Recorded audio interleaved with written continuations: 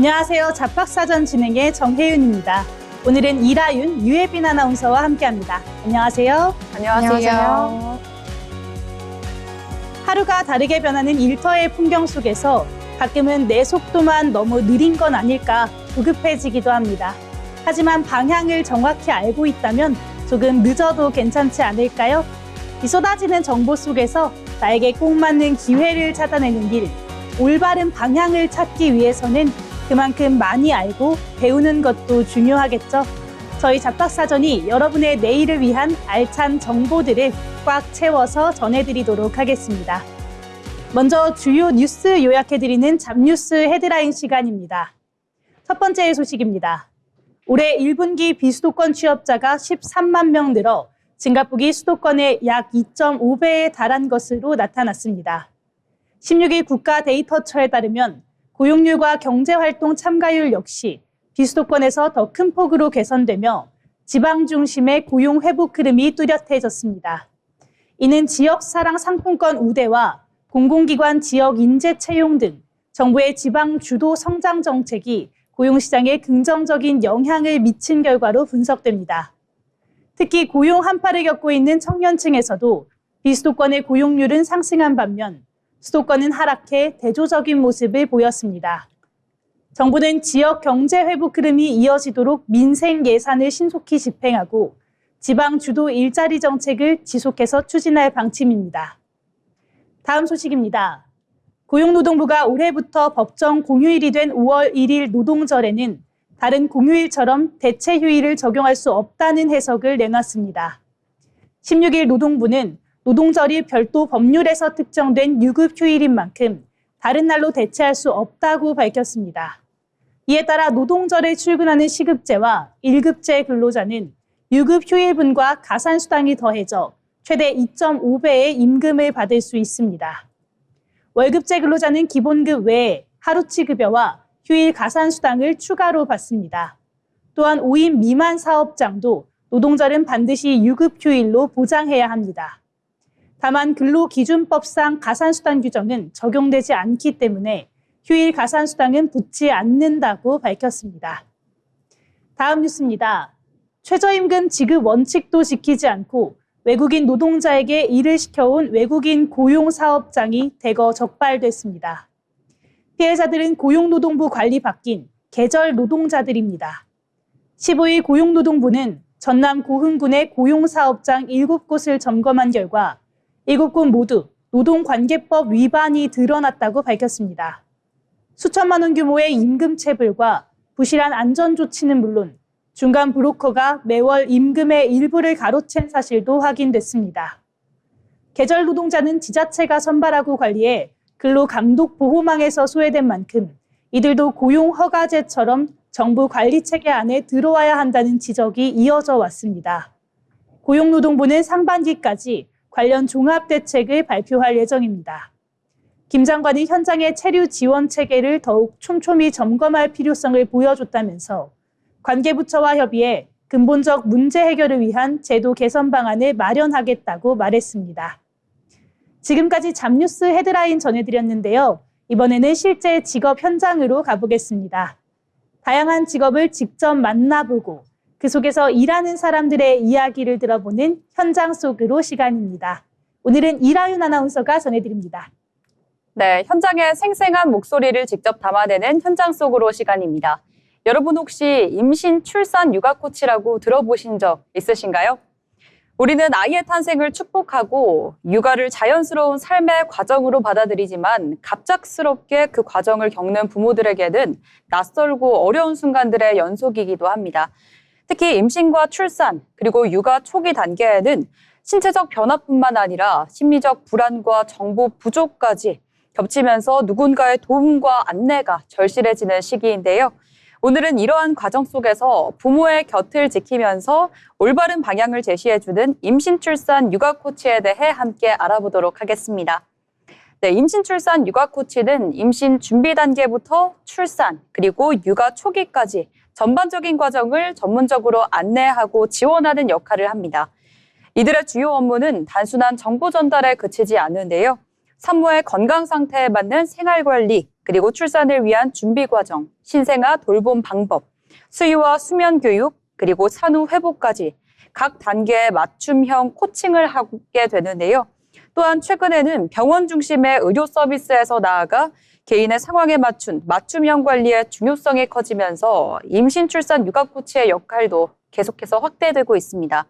즉 이들은 단순히 알려주는 사람이 아니라 부모가 스스로 판단하고 선택할 수 있도록 돕는 과정 중심의 전문가라고 할 수 있는데요. 임신, 출산, 육아 코치는 대상자의 상황과 환경에 따라서 다양한 방식으로 접근하게 됩니다. 예비 부모에게는 임신과 출산 과정에 대한 이해를 돕고 병원 선택, 출산 방식, 산전 관리 방법 등을 안내하면서 막연한 두려움을 떨치게 해주는데요. 출산 이후에는 신생아의 수유 방법, 수면 패턴 형성, 기초적인 건강관리와 같은 실질적인 육아 기술을 지도하고 초보 부모들이 겪는 시행착오를 줄여주는 데 도움을 줍니다. 또한 산후 우울감이나 육아 스트레스를 겪는 부모에게는 정서적인 지지와 상담을 통해 안정감을 제공하며 필요할 경우 전문가의 연계도 돕습니다. 작은 변화에도 민감한 시기인 만큼 이들의 세심한 관찰과 피드백은 부모와 아이 모두 이 삶의 질에 중요한 영향을 미치게 됩니다. 하지만 이 과정이 결코 쉽지만은 않은데요. 임신과 출산, 육아는 개인마다 상황이 다 다르고요. 정답이 정해져 있지 않습니다. 그렇기 때문에 단순한 지식만으로는 해결할 수 없는 문제들이 많은데요. 따라서 임신, 출산, 육아 코치에게는 의학적 이해와 그리고 높은 공감 능력과 소통 능력까지 함께 요구되기도 합니다.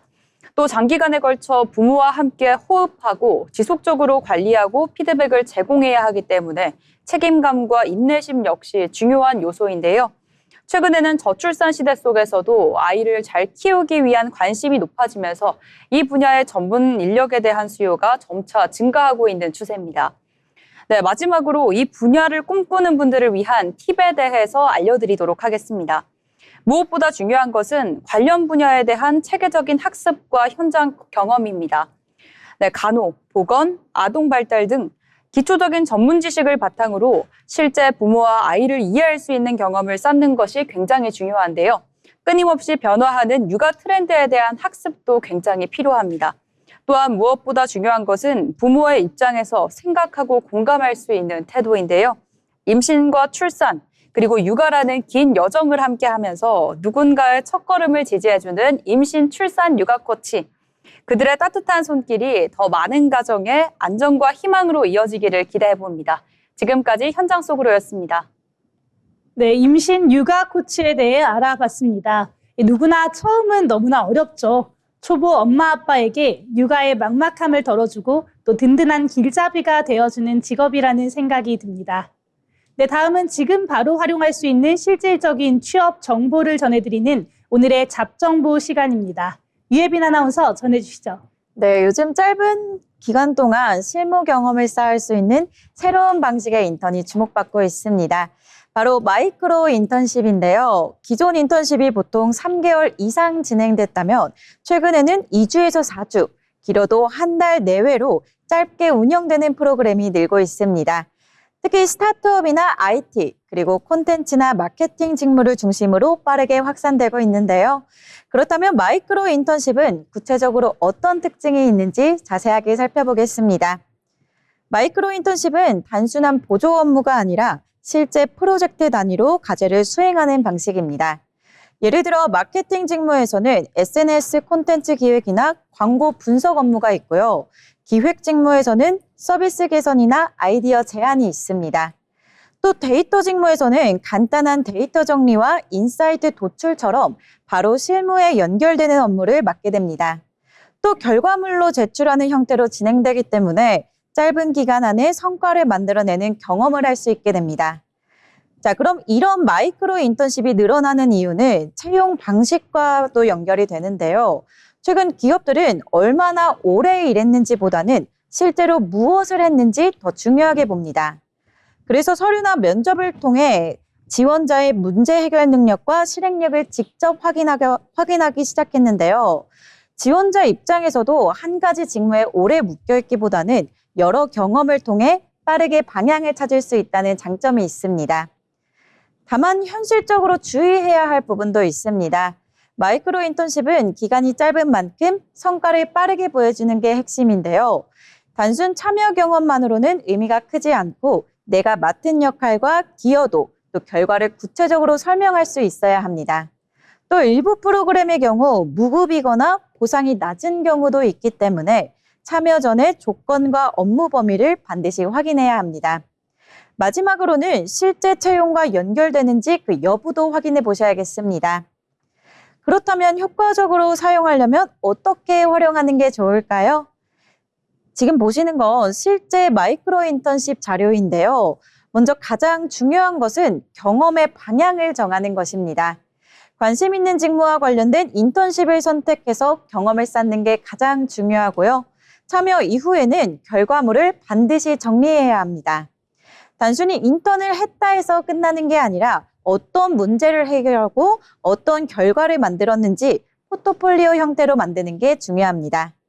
특히 짧은 경험일수록 이 정리 과정이 경쟁력을 좌우하게 되는데요. 또 하나 중요한 포인트는 바로 반복 경험입니다. 마이크로 인턴십은 기간이 짧기 때문에 한 번으로 끝내기보다는 여러 번 경험을 쌓으면서 점점 더 높은 난이도의 프로젝트에 도전하는 게 좋겠습니다. 이 과정을 통해 실무 경험의 깊이를 자연스럽게 확장할 수 있습니다. 이렇게 마이크로 인턴십은 시간 부담 없이 실무 경험을 쌓을 수 있는 효율적인 방법입니다. 다만 결국 중요한 것은 경험의 양이 아니라 질인데요. 짧은 경험이더라도 내 경험으로 만들어 설명할 수 있다면 충분히 경쟁력이 될 수 있습니다. 취업을 준비하신다면 경험을 쌓는 거에서 끝나는 게 아니라 그 경험을 어떻게 활용할 건지 고민해 보시는 것도 좋겠습니다. 지금까지 오늘의 잡정보 전해드렸습니다. 네, 짧은 기간이라도 실무를 직접 경험해 볼 수 있다는 게 이 취업 준비생들에게는 참 반가운 기회가 될 것 같은데요. 막연하게 고민하기보다는 나에게 맞는 마이크로 인턴십을 찾아 작지만 확실한 포트폴리오를 쌓아보시길 응원하겠습니다. 네, 세상에는 우리가 아직 잘 알지 못하는 다양한 직업들이 존재합니다. 새롭게 떠오르는 직업과 앞으로 주목해야 할 미래 직종을 살펴보는 시간, 직업의 세계 전혜영 아나운서가 전해드립니다. 최근 농업 분야에서도 데이터 기반 관리가 빠르게 확산되고 있습니다. 경험 중심의 운영 방식에서 벗어나 빛, 수분, 온도와 습도 같은 생육 환경을 정량적으로 분석하고 제어하는 흐름이 정착되고 있는데요. 오늘은 이러한 변화의 중심에 있는 직업, 스마트팜 운영자를 살펴보겠습니다. 스마트팜 운영자는 작물 재배 환경을 데이터로 확인하고 이를 최적의 상태로 유지, 관리하는 역할을 맡고 있는데요.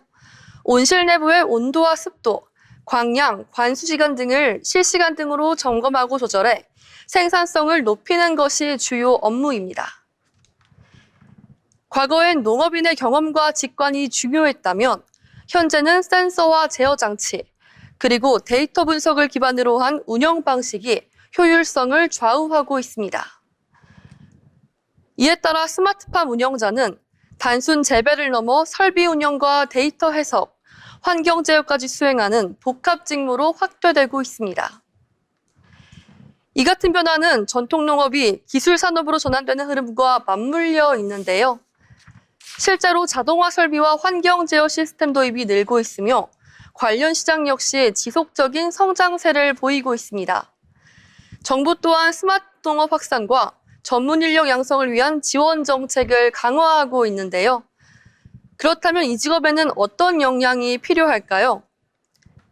우선 작물은 작은 조건 변화에도 생산성이 크게 달라지기 때문에 환경 변화를 세밀하게 파악할 수 있는 관찰력이 필요합니다.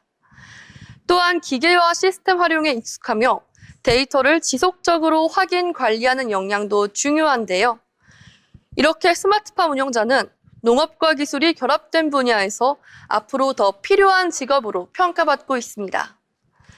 농업이 데이터 기반 산업으로 전환되는 가운데 스마트팜 운영자는 그 변화를 이끄는 핵심 인력으로 주목받고 있습니다. 지금까지 직업의 세계였습니다. 흙먼지 묻어가면서 고생하던 농업이 이제는 데이터를 다루는 첨단 기술 산업으로 바뀌고 있습니다. 이 체력적인 부담 때문에 농업을 멀게만 느끼셨던 분들이라면 오늘 살펴본 스마트팜 운영자라는 새로운 길에 관심을 가져보셔도 좋을 것 같습니다. 이번 시간은 변화하는 사회 속에서 일의 미래를 짚어보는 잡토크 시간입니다.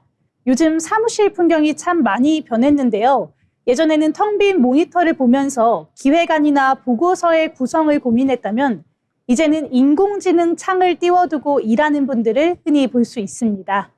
기획안의 뼈대를 잡아주는, 순식간에 잡아주는 기술은 마치 퇴근 시간을 앞당겨주는 치트키 같은 존재가 되었는데요. 하지만 이런 것들에 죄책감을 느끼는 분들도 많습니다. 클릭 몇 번으로 완성된 기획안을 보고하면서 과연 이것을 내 온전한 실력이라고 당당하게 말해도 될까? 이런 찜찜함이 남는 건데요. 이 인공지능이 만든 결과물, 시대를 앞서가는 실력일까요? 아니면 꼼수일까요? 나윤 아나운서, 이 부분에 대해서 어떻게 보시나요? 네, 저는 인공지능을 능숙하게 다루는 것 자체가 이 시대가 요구하는 훌륭한 실력이라고 평가하는데요. 네, 과거 주판을 쓰던 시절에 엑셀의 등장은 반칙처럼 보였을지 모릅니다. 과거 주판을 쓰던 시절에 이 엑셀, 하지만 지금은 엑셀을 쓴다고 꼼수라고 비난하기보다는 내 일을 빠르고 정확하게 해내기 위한 필수 도구로 사람들이 바라보고 있죠. 인공지능도 마찬가지입니다. 내가 원하는 답을 끌어내기 위해서 정확한 맥락을 짚어주는 안목, 그리고 방대한 정보 속에서 우리 회사에 쓸모있는 알맹이를 골라내는 그 분별력은 하루아침에 쌓이지 않습니다. 기술을 자유롭게 부리면서 효율을 높이는 것은 저는 존중받아야 될 역량이다, 이렇게 평가를 합니다. 또 이렇게 엑셀의 도입이랑 비교를 해주시니까 더 와닿는 것 같습니다. 이 답을 솎아내는 안목 자체를 길러야 한다. 이것을 실력으로 인정을 해야 한다라는 말에는 굉장히 공감을 하는데요. 하지만 내가 직접 고민하고 쓴 글이 아니라는 점에서 묘하게 허무함이 들 때도 있거든요. 예빈 아나운서, 이 부분에 대해서 어떻게 생각하시나요? 네, 저는 직장인들이 지금 느끼는 이 허무함이 굉장히 중요한 경고음이라고 생각이 듭니다. 물론 물리적으로 시간을 줄여주는 훌륭한 도구라는 점은 저도 동의를 합니다. 다만 기획안을 쓰는 행위는 사실 좋게 포장만 하는 그런 작업은 아니잖아요. 그 안에는 프로젝트의 존재 이유와 또 현실적인 제약을 돌파할 만한 치열한 논리가 담겨야 합니다. 다만 인공지능이 5초 안에 만들어준 그 문장에는 이런 과정이 빠져 있습니다. 그러다 보니 회의실에서는 왜 이 방향을 선택했느냐의 질문을 받았을 때 제대로 방어를 하지 못하는 경우가 생기는데요. 이렇게 기획에 뼈대를 세우고 사고하고 또 이 과정을 기계에 자주 의존하다 보면 결국 문제를 해결하는 진짜 작업적 사고력은 퇴화할 수밖에 없다고 생각합니다. 네, 이 사고를 하는 것을 기계에 의존한다. 이 부분이 굉장히 맞는 말인 것 같은데 실무자들의 고민이 빠진 빈 결과물이 될 수 있다. 이 말에는 저도 굉장히 동의를 합니다. 그렇다면 당장 직원의 성과를 평가해야 되는 회사의 입장은 또 어떻게 봐야 할까요? 며칠 동안 밤을 새운 직원과 인공지능의 도움으로 2시간 만에 답을 낸 직원. 나윤 아나운서, 이렇게 봤을 때 회사는 누구에게 더 높은 고과를 줘야 할까요? 네, 조직의 목적은 결국 이윤 창출입니다. 사실 개인의 땀방울도 물론 중요하죠. 근데 효율을 무시할 수가 없습니다. 2시간 만에 결과물을 내고 남은 시간 동안 동료를 돕거나 다른 성과를 내는 직원이 있다면 회사는 그 압도적인 효율에 높은 점수를 줄 수밖에 없다라고 생각합니다. 다만 평가 기준표는 달라져야 되겠죠. 문서 서식의 깔끔함이 아니라 보편적인 초안 위에 우리 회사의 특수한 상황을 어떻게 전략적으로 녹여냈느냐, 이게 정말 중요할 것 같은데요. 나아가 그 계획을 현실로 만들어낼 실행 능력을 검증해야 하는 것 같습니다. 영리하게 아낀 시간으로 조직에 어떤 새로운 가치를 더했는가가 핵심 지표가 되어야 되지 않나 싶습니다. 네, 저도 평가 잣대가 달라져야 한다는 말에는 저도 동의를 합니다.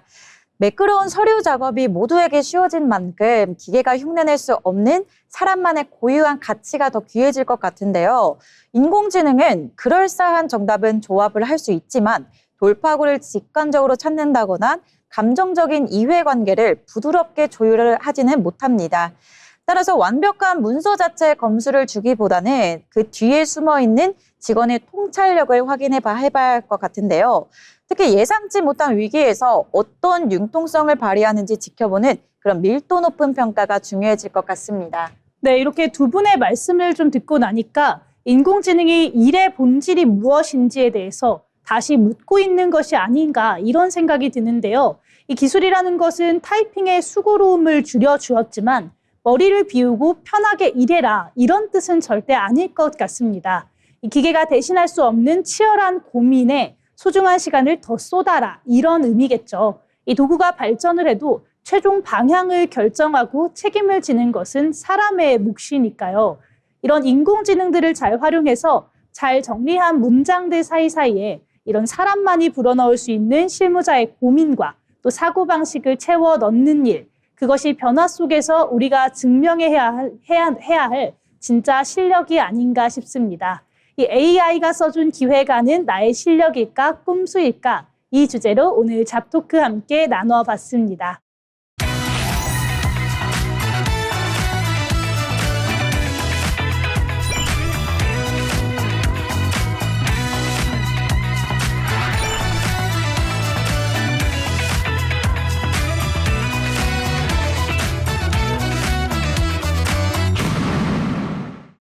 이렇게 빠르게 사회가 변화하고 있지만 그 와중에도 묵묵히 자신의 길을 걸어가는 사람들이 있습니다. 평범하지만 특별한 사람들의 인생 이야기, 자빈 스토리를 정가은 아나운서가 전해드립니다.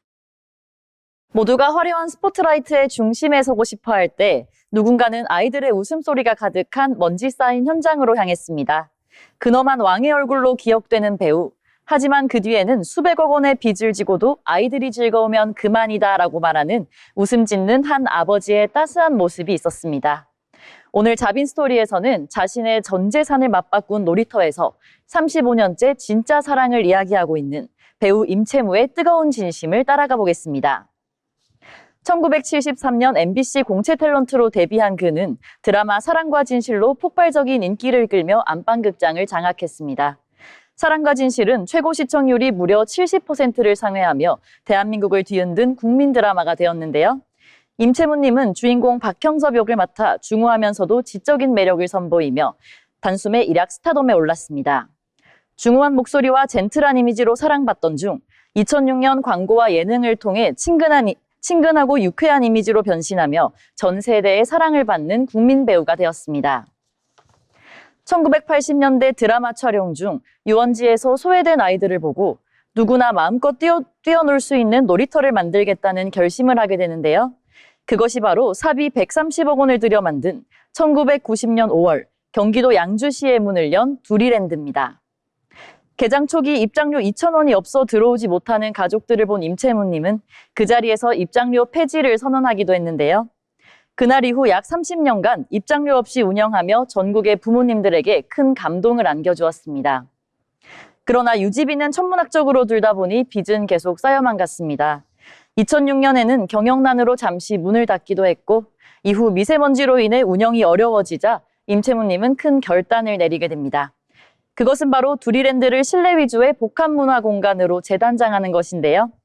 3년간의 공사로 빚은 더 불어났지만 아이들이 날씨와 상관없이 안전하게 뛰어놀 수 있는 환경을 만들기 위해 공사를 강행했다고 합니다. 특별한 스케줄이 없으면 매일 두리랜드에 출근하는 발로 뛰는 사장님. 직접 바이킹을 운전하거나 쓰레기를 줍고 방문객들과 일일이 사진을 찍어주는 훈훈한 모습도 연출된다고 합니다. 그는 아이들의 웃음소리를 들으면 내 병도 낫는 것 같다라고 말합니다.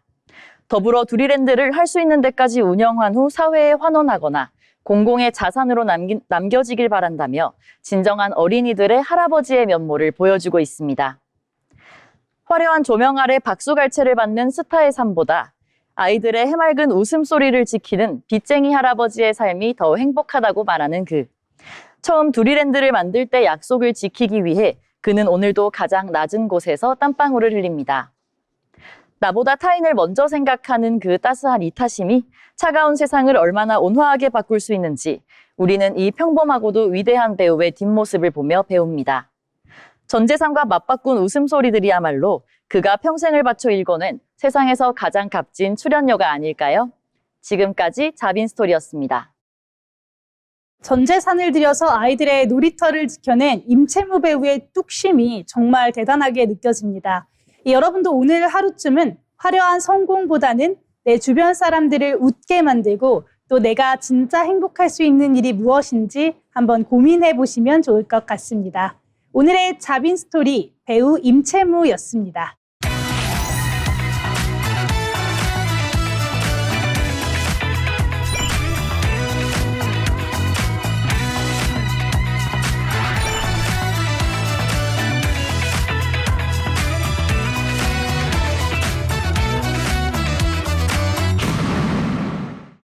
이번 시간은 경제로 보는 일터입니다. 경제의 변화는 곧 일의 방식과 일자리의 모습에도 영향을 미치는데요. 이번 시간에는 경제의 흐름을 통해 산업과 일터의 변화를 함께 들여다보겠습니다. 김다연 아나운서가 전해드립니다. 경제 흐름을 통해 우리 일터를 들여다보는 시간, 경제로 보는 일터입니다. 최근 고용시장의 가장 큰 화두는 단연 AI입니다. AI가 내 자리를 뺏지 않을까 하는 공포가 일터에 번지고 있는 건데요. 하지만 경제학적으로 보면 기술의 진보는 언제나 새로운 부가가치를 창출해 왔습니다. 과거 타자기 기사가 워드 프로세서 전문가로 변모했듯 지금 우리 일터에는 질문 하나로 억대 연봉을 받는 새로운 직업군이 등장하고 있습니다. 오늘 기업들이 가장 주목하고 있는 프롬프트 기반 직업에 대해서 알아보겠습니다. 과거에는 컴퓨터를 활용하려면 코딩을 직접 해야 했습니다. 사람이 기계의 언어에 자신을 맞춰야 했던 시대였던 거죠. 하지만 지금은 좀 달라졌습니다. 우리가 평소에 쓰는 말로 요청을 하면 AI가 결과를 바로 만들어내는 건데요. 즉 기계에 맞추던 시대에서 기계가 인간을 이해해야 하는 시대로 바뀌고 있는 겁니다. 이때 가장 중요한 건 AI 자체보다는 질문입니다. 같은 AI를 써도 어떻게 요청하느냐에 따라 결과의 수준이 완전히 달라지기 때문인데요. 그래서 지금은 단순한 입력이 아닌 질문을 설계하는 능력 자체가 하나의 핵심 기술로 평가받게 된 겁니다. 또 생성형 AI는 환각 현상, 즉 가짜 정보를 진짜처럼 말한다는 치명적인 단점이 있습니다. 이 리스크를 줄이고 기업이 즉시 비즈니스에 투입할 수 있는 고해상도 결과물을 뽑아내는 능력이 바로 프롬프트 기술입니다. 이제 질문은 단순한 궁금증이 아니라 자본을 투입해 결과를 뽑아내는 정밀한 설계도가 되었습니다. 이런 흐름 속에서 등장한 직업이 바로 프롬프트 엔지니어입니다. AI가 더 정확한 결과를 내도록 조건을 설계하고 질문을 구조화하는 역할을 하는 건데요. 쉽게 말해 AI를 단순히 사용하는 사람이 아니라 AI를 잘 이끄는 지휘자라고 볼 수 있습니다. 이미 해외 테크 기업에서는 이들에게 파격적인 대우를 약속하며 영입에 공을 들이고 있다고 합니다. 이제 기업 내부의 채용과 교육 현장에도 이 능력을 중심으로 완전히 재편되고 있습니다. 과거에는 영어 점수가 기본 스펙이었다면 이제는 AI 리터러시가 그 자리를 대신하고 있습니다. 실제로 국내 주요 대기업들에도 신입사원 연수과정에서 프롬프트 작성 실무를 필수 과목으로 지정하고 있는데요. AI를 단순히 검색 도구로 쓰는 사람과 AI를 자신의 지능형 비서로 부리며 생산성을 극대화하는 사람의 차이는 이제 개인이 노력만으로 극복하기 어려운 수준까지 벌어지고 있습니다. 결국 AI와 협업하는 법을 모르면 도태될 수밖에 없는 구조입니다. 이 변화는 우리에게 중요한 메시지를 줍니다. 앞으로는 많이 아는 것보다 잘 묻는 능력이 더 중요해질 수도 있다는 겁니다. AI 시대의 경쟁력은 지식의 양이 아닌 질문의 방식에서 갈릴지도 모르겠습니다. 지금까지 경제로 보는 일터였습니다. 네, AI가 내 자리를 뺏을까 걱정하기보다는 오늘부터는 내가 먼저 AI에게 가벼운 질문을 던져보면서 친해지는 시간을 가져보면 좋을 것 같네요. 지금까지 경제로 보는 일터였습니다. 이번 시간은 데이터로 본 일터, 잡 이슈 시간입니다. 통계와 데이터를 통해 요즘 노동시장에서 나타나는 변화를 살펴보는 시간인데요. 라연 아나운서, 오늘은 어떤 이야기를 해볼까요? 네, 요즘 SNS 보다 보면요. 이런 하루 루틴 진짜 많이 보입니다. 새벽 5시 기상, 운동 1시간, 영어 공부, 독서, 자기 개발까지 완료. 그런데 저는 그런 사람 보면서 이런 생각이 들더라고요. 저 사람 도대체 언제 쉬지? 네, 요즘 이렇게 부지런하게 사는 걸 갓생이라고 부릅니다. 오늘은 이 갓생, 정말 멋진 자기 개발일지 아니면 우리를 점점 지치게 만드는 강박일지 데이터로 한번 풀어보겠습니다. 네, 실제로 이 갓생 트렌드 숫자로도 확인이 됩니다. 2024년부터 2025년 기준으로 보면요. 자기계발서 판매량이 꾸준히 증가했습니다. 특히 루틴, 습관, 성장 키워드 책들이 베스트셀러 상위권을 차지하고 있습니다. 맞아요. 또 여기에서 SNS에서는 샵 갓생 혹은 샵 미라클 모닝 이런 해시태그가 정말 수십만 건 이상 올라와 있는데요. 이 정도면 이제 유행이 아니라 어느 정도 의무감이 들더라고요. 안 하면 약간 나만 뒤처지는 그런 느낌도 들더라고요. 맞아요. 저도 사실 한번 마음을 먹고 나 오늘 내일부터 5시에 일어나 보겠다 이렇게 마음을 먹은 적이 있거든요. 그런데 다음날 7시에 일어나가지고 제가 그래도 오늘 나름 일찍 일어났다 이렇게 넘어갔던 것 같습니다. 네, 본격적으로 물어보겠습니다. 갓생, 이거 해야 할까요? 아니면 말아야 할까요? 저는 사실은 해야 된다고는 생각을 하는데요. 왜냐하면 지금은 회사 하나만 믿고 가기가 조금은 어려운 상황이 되었잖아요. 그래서 개인이 계속해서 성장을 하는 것밖에 답이 없는 시대가 된 것 같습니다. 실제로 이직 사례를 보면은 좀 성공하신 분들은 자기 개발을 꾸준하게 했다 이런 얘기를 더 많이 하시더라고요. 그래서 갓생은 이제는 선택보다는 좀 나를 위한 준비다 이렇게 생각이 듭니다. 네. 네, 그런데 저는 또 여기서 문제가 있다고 보는데요. 이 준비 과정이 조금은 과하다라고 생각이 듭니다. 요즘 보면 운동, 공부, 또 부업도 있고요. 여기에 독서나 자기관리까지 정말 다 해야 할 것 같은 분위기거든요. 이 정도면 사실 사람이 아니라 거의 업데이트 중인 AI인 것 같은 그런 느낌이 듭니다. 네, 맞습니다. 저도 가끔 보면 저건 하루 24시간이 아닌데 이런 생각이 들기도 하거든요. 저는 그거 볼 때마다 저분 진짜 타임머신 쓰시나 이런 생각도 들고요. 그런데 또 그런 사람들을 보고 있으면 실제로 성과가 굉장히 잘 나오는 경우도 되게 많거든요. 그래서 사실 더 따라가고 싶어지는 이런 마음이 생기는 것 같습니다. 맞습니다. 그런데 또 이게 문제인 것 같거든요. 사실 저희는 결과만 보고 따라가는데 그 과정이나 환경은 다 다르잖아요. 그래서 결국 나는 왜 이것밖에 못했지? 또 이런 부정적인 생각까지 이어질 수 있거든요. 네, 저도 준비하면서 느낀 건데요. 분명 자기 개발은 필요합니다. 그런데 어느 순간 쉬는 게 죄인 것 같다 이런 생각이 들 때가 너무나 많습니다. 그럼 기준을 좀 낮추는 것도 하나의 방법이 될 수 있지 않을까요? 네, 그렇죠. 맞아요. 또 데이터를 보면 오히려 지속 가능한 그런 루틴을 가진 사람들이 만족도가 더 높게 나온다고 합니다. 즉 하루 완벽한 갓생보다는 꾸준한 70%가 더 중요하다는 거죠. 네, 결국 갓생의 핵심은 얼마나 많이 하느냐 이것보다는 내가 무너지지 않으면서 계속 할 수 있느냐가 핵심인 것 같습니다. 네, 오늘은 갓생이라는 키워드를 통해 요즘 일터와 또 우리의 삶을 함께 들여다봤습니다. 열심히 사는 것도 굉장히 중요하지만 그만큼 지치지 않는 것도 중요한 시대인 것 같은데요.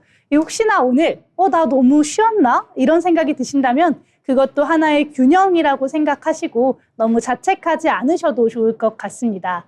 네, 그럼 다음으로 예빈 아나운서와는 어떤 이야기 한번 나눠볼까요? 네, 요즘 취업이나 이직을 준비하시는 분들 사이에서는 눈에 띄게 달라진 부분이 하나 있습니다. 바로 직장을 선택하는 기준이 달라졌다는 건데요.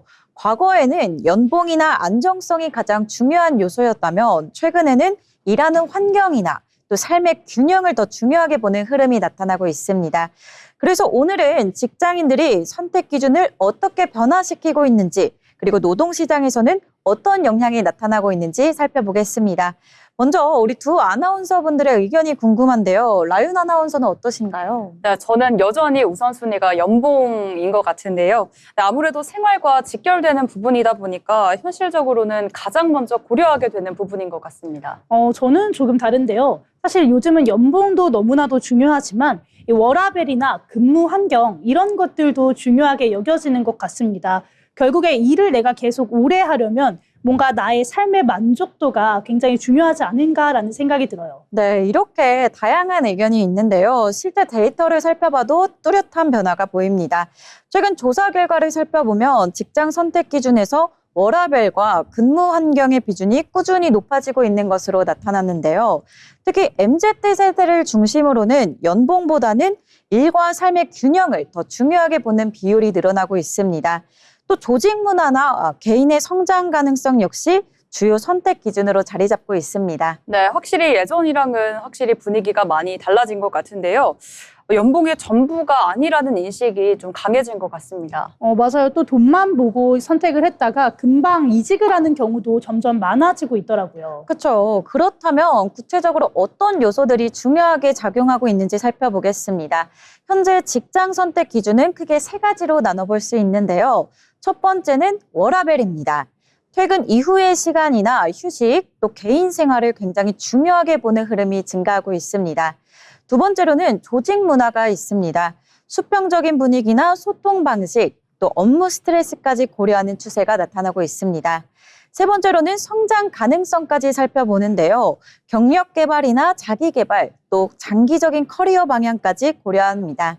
이렇게 직장은 이젠 단순히 돈을 버는 공간을 넘어서 삶의 질을 결정하는 요소로 인식이 바뀌고 있습니다. 네, 이렇게 보니까 직장을 고르는 기준 또한도 다양해지고 있는 것 같습니다.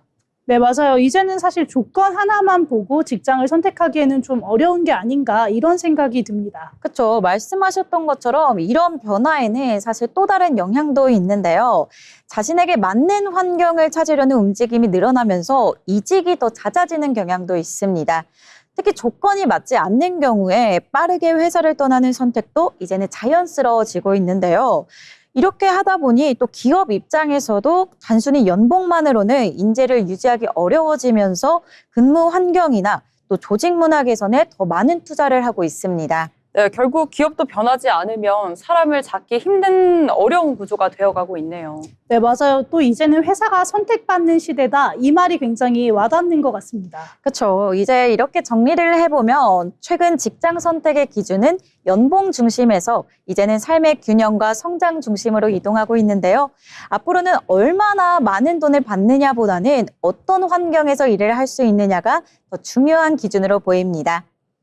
네, 이렇게 이야기를 듣고 나니까 이제는 연봉 못지않게 내 삶을 지켜주는 근무 환경이 참 중요하다는 생각이 듭니다. 여러분도 오늘 지금의 일터가 나의 워라밸과 성장에 잘 맞는지 한번 점검을 해보시는 건 어떨까요? 지금까지 데이터로 본 일터였습니다.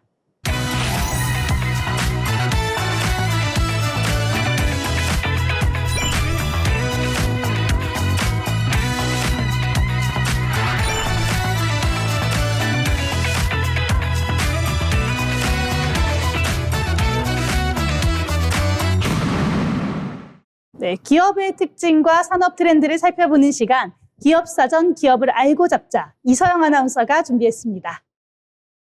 기업을 쉽고 흥미롭게 알아보는 시간, 기업사전입니다. 오늘 소개해드릴 기업은 의료기기 산업에서 보이지 않는 핵심을 담당하고 있는 기업, PJ전자입니다. 우리가 병원에서 사용하는 초음파 기기나 환자 감시 장치를 떠올려 보면 대부분은 화면이나 기능만 생각하게 되는데요. 하지만 이러한 장비가 정확하게 작동하기 위해서는 안정적인 전력 공급과 정밀한 제어 기술이 필수적입니다. 바로 이 부분을 담당하는 기업이 PJ전자입니다. 겉으로 드러나지는 않지만 의료기기의 성능과 안정성을 좌우하는 중요한 역할을 하고 있는 기업이라고 볼 수 있습니다. PJ전자는 의료기기용 전자부품을 전문적으로 생산하는 기업입니다. 특히 병원에서 사용되는 다양한 의료 장비에 들어가는 전원 공급 장치와 전자제어 모듈을 주요 제품으로 사용하고 있습니다. 이 기업의 특징은 완성품을 만드는 것이 아니라 완성품의 성능을 결정짓는 핵심 부품을 공급한다는 점인데요. 예를 들어 초음파 진단기기나 환자 모니터링 장비는 아주 미세한 신호까지 정확하게 처리해야 하기 때문에 전력의 안정성과 노이즈 제어가 매우 중요합니다. PJ전자는 이러한 기술력을 기반으로 의료기기 산업에서 꾸준히 입지를 다져온 기업입니다. PJ전자의 핵심 기술은 바로 SMPS입니다. 즉 스위칭 모드 전원 공급 장치인데요. SMPS는 외부에서 들어오는 전기를 각 장비에 맞게 안정적으로 변환하고 공급해주는 장치입니다. 특히 의료기기에서는 전력의 작은 흔들림도 오작동이나 측정 오류로 이어질 수 있기 때문에 일반 전자기기보다 훨씬 높은 수준의 안정성이 요구됩니다. PJ전자는 의료용 기준에 맞는 고품질 SMPS를 설계하고 생산하는 기술을 보유하고 있으며 이를 통해 주요 고객사에 공급하고 있습니다. 단순한 전자부품이 아니라 정밀 의료 장비의 기반을 만드는 기술이라고 볼 수 있습니다. PJ전자의 제품은 다양한 의료기기에 사용됩니다. 대표적으로 초음파 진단기기, 환자 감시장치, 그리고 일부 영상진단 장비 등에 사용되고 있습니다. 이러한 장비들은 병원에서 필수적으로 사용되기 때문에 경기 변동에 상대적으로 덜 민감하다는 특징이 있습니다. 또한 의료기기 산업은 제품 수명이 길고 한 번 공급망에 들어가면 오랜 기간 거래를 유지하게 되는데 안정적인 매출 구조를 형성할 수 있습니다. 이 점이 PJ전자의 중요한 사업 방식입니다. PJ전자의 경쟁력은 크게 세 가지로 볼 수 있습니다. 먼저 첫 번째로는 의료기기의 특화 기술력입니다. 일반 전자부품과 달리 의료기기는 높은 안정성과 정밀도를 요구하기 때문에 진입장벽이 존재합니다. 두 번째로는 인증과 신뢰입니다. 의료기기는 각종 품질 인증과 규제를 통과해야 하는데 이 과정을 이미 확보하고 있다는 점은 큰 경쟁력입니다. 셋째, 고객사와의 장기적인 경쟁 관계입니다. 의료기기 업체들은 검증된 부품을 지속적으로 사용하는 경향이 있기 때문에 한 번 거래가 시작되면 안정적인 매출로 이어질 가능성이 높습니다. 이러한 요소들이 PJ전자의 기반을 지탱하고 있습니다. 하지만 한계도 분명히 존재합니다. 가장 큰 리스크는 고객사 의존도입니다.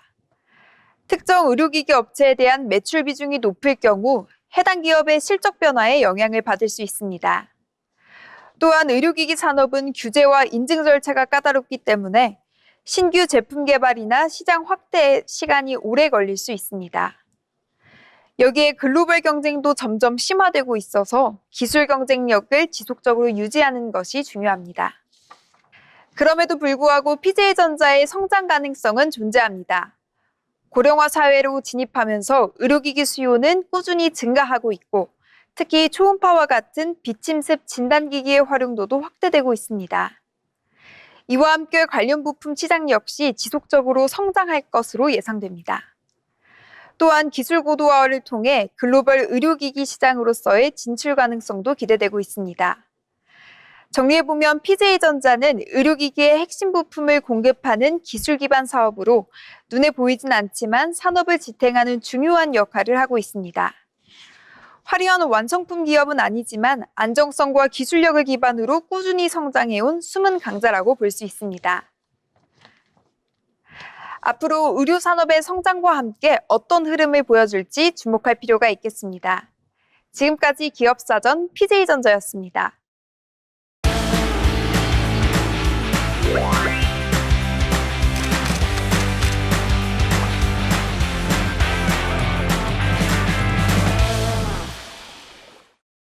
전국의 맛집과 축제, 핫플레이스를 소개시켜드리는 어딜 갈까 시간입니다. 봄하면 벚꽃을 떠올리시는 분들이 많으실 것 같은데요. 벚꽃이 지고 난 뒤에 또 하나의 봄 풍경이 펼쳐집니다. 바람에 따라서 잔잔하게 흘러지는 초록빛의 향연, 바로 보리밭인데요. 그중에서 전국 최대 규모를 자랑하는 고창 청보리밭 축제는요, 한국의 봄을 가장 깊이 있게 느낄 수 있는 곳으로 꼽히고 있습니다. 눈으로 보고 바람으로 느끼고 그리고 몸으로 힐링되는 이 축제는요, 최근 감성여행 트렌드와 맞물리면서 더욱 주목을 받아가고 있습니다. 오늘 어디 갈까에서는 2016 고창 청보리밭 축제를 제대로 즐기는 방법부터 숨은 명소와 우리가 주목해야 할 경제적 가치까지 보다 깊이 있게 살펴보겠습니다. 먼저 2016 고창 청보리밭 축제는요, 4월 중순부터 그리고 5월 초까지 약 3주간 진행됩니다. 행사의 중심은 전북 고창군 그리고 공읍면 학원 농장의 일대인데요. 이곳에서 약 수십만 평의 규모와 보리밭이 펼쳐지면서 끝이 보이지 않는 초록 물결을 만들어냅니다. 특히 바람이 불 때마다 보리가 일렁이는 모습은요, 마치 초록빛 바다가 흐르는 듯한 장관을 연출하는데요. 사진 촬영 명소로도 유명해서 SNS 중심으로 입소문을 타며 매년 관광객이 증가하고 있습니다. 고창 청보리밭 축제가 특별한 이유는요, 보는 풍경에 그치지 않는다는 점입니다. 보리밭 사이로 이루어진 산책길을 따라 흐르면 자연 속에서 온전히 쉬어갈 수가 있고요. 보리로 만든 음식과 지역 특산물, 이 체험까지 더해지면서 오감으로 즐기는 힐링형 축제가 완성됩니다. 특히 최근 트렌드가 빠르게 변화하는 이 소비 관광에서 천천히 머무는 체류형 관광으로 변화하면서 축제의 가치는 더욱더 높아지고 있습니다. 도심에서 벗어나 자연 속에서 자신만의 시간을 보내고 싶은 사람들에게 최적의 여행지로 평가받고 있습니다. 경제적인 측면에서도 의미가 큰데요. 축제 기간 동안 고창 지역에서는 전국 각지에서 관광객이 몰리면서 숙박과 음식점, 그리고 카페 등의 지역 상권이 활기를 띠고 있습니다. 특히 보리와 관련된 식품 산업과 전통 농업 체험 프로그램 등이 활성화되면서 지역 농가 소득에도 긍정적인 영향을 미치고 있습니다. 또한 농촌 관광과 연계된 콘텐츠가 확대되면서 단순 계절 축제를 넘어서 또 지속 가능한 지역 관광 모델로 발전하고 있다는 점도 주목해볼 만한 포인트가 되겠습니다. 네, 축제를 제대로 즐기기 위한 포인트들도 있는데요. 먼저 보리밭의 색이 가장 아름다운 시간은 이른 오전이나 또 해질 무렵이 되겠는데요. 이 시간대를 잘 활용하면요. 이 시간대를 잘 활용하면 선명한 초록빛 풍경을 감상하실 수가 있습니다. 햇빛을 가릴 모자와 또 편한 신발도 필수가 되겠는데요.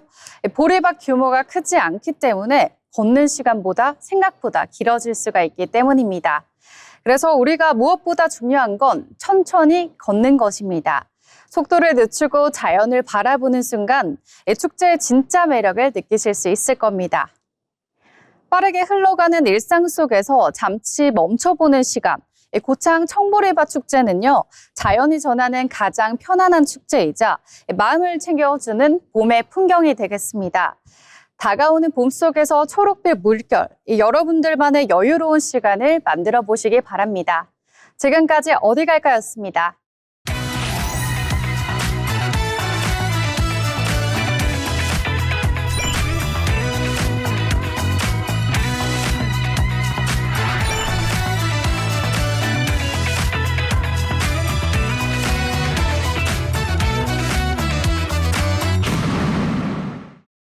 마지막으로 알아두면 도움이 되는 생활 정보를 전해드리는 알쓸정 시간입니다. 신예희 아나운서가 전해드립니다. 알아두면 쓸데있는 정보를 알려드리는 알쓸정 시간입니다. 요즘 길을 걷다 보면 전기차 한두 대쯤은 쉽게 보이시죠? 한때는 미래의 자동차로 불리던 전기차가 이제는 우리의 일상 속으로 빠르게 자리 잡고 있습니다. 그런데 이런 이야기 들어보신 적 있으신가요? 전기차 보조금 예전보다 줄었다던데 같은 차를 사더라도 지원금이 줄어들면서 체감 가격이 달라지고 있는데요. 오늘 알쓸정에서는요, 전기차 보조금이 줄어든 이유와 그 변화가 우리에게 어떤 의미를 가지는지 알려드리겠습니다. 전기차 보조금은 정부가 친환경 정책의 일환으로 전기차 보급을 확대하기 위해 도입한 제도인데요. 환경부에 따르면 초기에는 높은 차량 가격과 부족한 충전 인프라로 인해 소비자 부담을 줄이기 위한 목적이 컸습니다. 이러한 정책 때문에 국내 전기차 등록 대수는 매년 증가하고 있으며 전기차는 이제 더 이상 낯선 차량이 아닌 일상적인 선택지로 자리 잡고 있습니다. 하지만 최근 들어 정부의 전기차 보조금 규모는 점차 축소되는 추세입니다. 그렇다면 왜 보조금은 줄어들고 있을까요? 첫 번째는 시장 성장과 정책 전환입니다. 전기차 시장이 빠르게 확대되면서 정부는 단순 보급 확대에서 벗어나 효율성과 경쟁력을 중심으로 정책 방향을 조정하고 있습니다. 두 번째는 국가 재정 부담인데요. 전기차 보급이 늘어날수록 보조금 총액 역시 증가하게 됩니다. 보급 확대에 따른 예산 부담이 커지면서 지원 단가를 조정하는 방향으로 정책이 운영되고 있습니다. 세 번째는 차등 지원 구조 강화입니다. 최근에는 차량 가격, 주행거리, 배터리 성능 등에 따라 보조금을 차등 지급하는 방식이 확대되고 있습니다. 이러한 변화는 자동차 산업에도 영향을 미치고 있습니다. 완성차 업체들은 보조금 의존도를 낮추고 가격 경쟁력과 기술력을 강화하는 방향으로 전략을 전환하고 있습니다. 특히 배터리 산업에서는 효율성과 원가 절감이 핵심 경쟁 요소로 떠오르고 있는데요. 산업통상자원부 역시 전기차 및 배터리 산업 경쟁력 강화를 주요 정책 과제로 제시하고 있습니다. 그렇다면 소비자 입장에서는 어떨까요? 보조금이 줄어들수록 초기 구매 비용은 다소 증가할 수 있습니다. 다만 기술 발전과 시장 경쟁이 확대되면서 차량 가격이 조정될 가능성도 함께 제기되고 있습니다. 단기적으로는 부담이 증가할 수 있지만 장기적으로는 시장 경쟁 구조가 강화되는 흐름으로 볼 수 있습니다. 전기차 보조금 축소는 단순히 지원이 줄어드는 문제가 아니라 시장과 산업이 다음 단계로 전환되고 있다는 흐름일 수 있습니다. 이제는 보조금보다 차량의 성능과 가격, 그리고 실제 사용 가치가 더 중요한 기준이 되고 있습니다. 전기차를 선택하는 기준 역시 점점 변화하고 있습니다. 지금까지 알쓸정이었습니다. 네, 이야기를 듣고 나니 이제는 전기차를 고를 때 보조금보다 이 성능과 가치가 더 중요해졌다는 생각이 듭니다. 전기차 보조금과 관련한 이야기 잘 들어봤습니다. 네, 벌써 오늘의 잡학사전을 마칠 시간이 되었습니다.